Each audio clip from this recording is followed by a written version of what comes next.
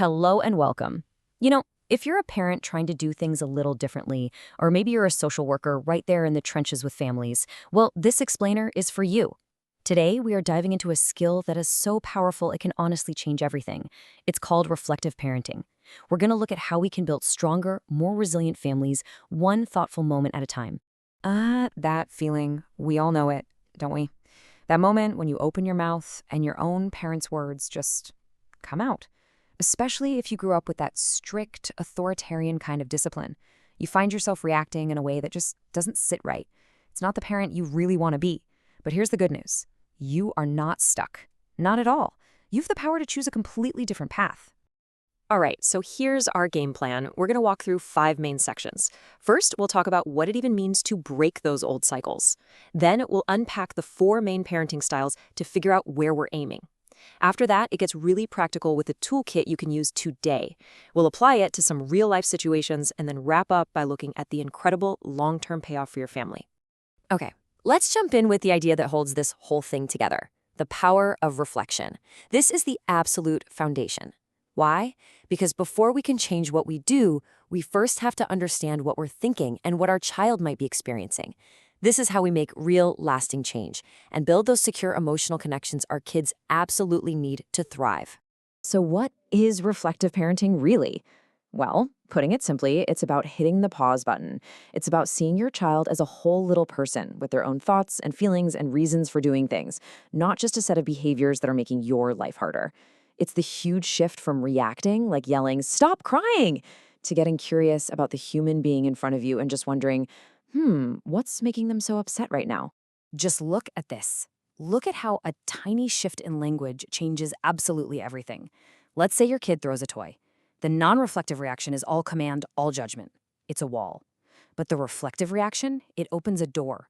It makes space for 2 sets of feelings, yours and theirs, and it turns a moment of conflict into a chance to actually connect. It's a total game changer. Now, to really get why this shift is so powerful, we kind of have to look at the classic parenting styles. So many of us just automatically fall back on how we were raised. But when you understand the options, you get the power to consciously choose the one that's going to build real strength and resilience in your family. Okay, so psychologists basically break this down along 2 lines. First, you have demands. That's all about the rules, expectations, and boundaries you set. And second, you have responsiveness. And that's all about warmth, emotional support, and really listening. Where you land on these 2 scales pretty much defines your main parenting style. And this chart really lays it all out. You've got authoritarian, high demands but low warmth. That's the classic because I said so. Then there's permissive, lots of warmth but almost no rules, which can make it hard for kids to regulate themselves. Uninvolved is, well, low on both. But then there's authoritative, high demands and high warmth.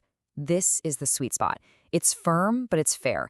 And the reason it works so well is that it helps kids develop an internal sense of control. They learn to make good choices not because they're scared, but because they actually understand the why behind the rules, and they feel respected. Okay, so how do we actually get to that authoritative sweet spot, especially when we're stressed out and those old habits are trying to take over? Let's get super practical with a toolkit you can literally start using the second this is over. And for you social workers out there, these are the exact skills to model and coach families on.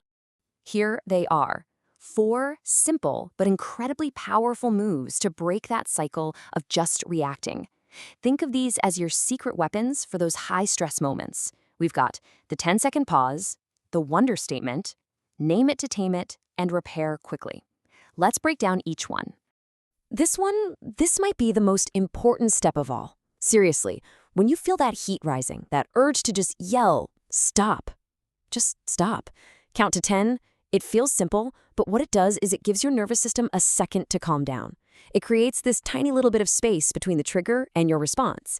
And in that space, you ask those 2 simple questions. This is how you switch from autopilot to being intentional. Okay, next up is the wonder statement. Instead of snapping with a sharp "don't do that," you get curious. A phrase just like this one completely shifts the energy in the room. It just melts away a power struggle and instead sends an invitation. It tells your child, "Hey, I see you're struggling and I actually want to understand what's going on." Now, the secret sauce here is the modeling.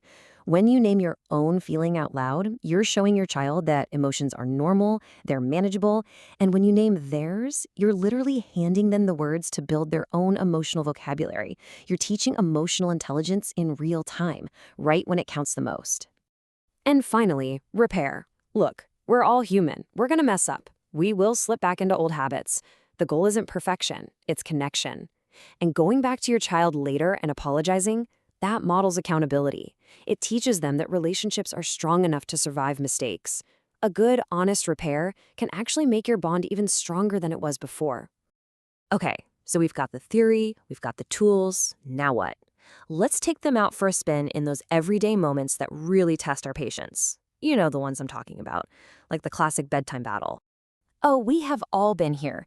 It's the end of a long, exhausting day, and your kiddo keeps popping out of their room for what feels like the 100th time.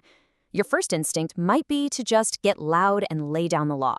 But let's see how our toolkit can help us choose a different way. This slide just shows the difference so clearly. That reactive control, that's old school authoritarianism. It's all about power and making them obey. But the responsive guidance on the right, that's authoritative. It does two critical things at the exact same time. It holds a firm, clear boundary, the rule is we stand in bed, while also wrapping it in warmth and connection. I love you, let's figure this out. It proves that limits and love can and absolutely should go together. And here's what that conversation could actually sound like. So your child yells, "I don't want to go to bed." Instead of yelling back, you hit pause and you use reflective listening. It sounds like you're really frustrated about bedtime. You're not caving in, you're just showing them, "I hear you." Then you validate that feeling while holding the line. It's okay to feel frustrated, and the rule is that it's time to rest. See? You did both. And finally, you switch to teamwork. What would help you feel ready for sleep? You are still the one in charge, but you're leading with connection, not just control.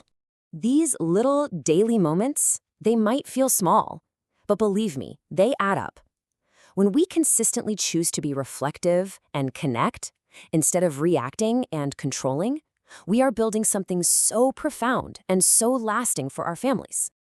This right here, this is the why. This is the reason we do this hard work. When we practice this kind of parenting, we are giving our children the foundation for a healthy, happy life. They build secure attachments. They learn how to handle their big feelings. They develop real confidence. And you know what? It actually reduces our stress too. We can finally break those negative patterns we grew up with and create a healthier legacy for generations to come. If you only take one thing away today, please let it be this. This is not about being a perfect parent. Nobody is. It's about being a present one, a reflective one. It's about progress, not perfection. Every single small, consistent choice you make to pause, to wonder, and to connect makes a world of difference. So I want to leave you with this question. What is one small, reflective change you can commit to making today? Maybe it's just trying that 10-second pause during the chaos of the morning rush. Or maybe it's using one "I wonder" statement at dinner tonight. Whatever it is, choosing one small thing is the first powerful step toward building a whole new family story. Thank you so much for your time. You are doing amazing work.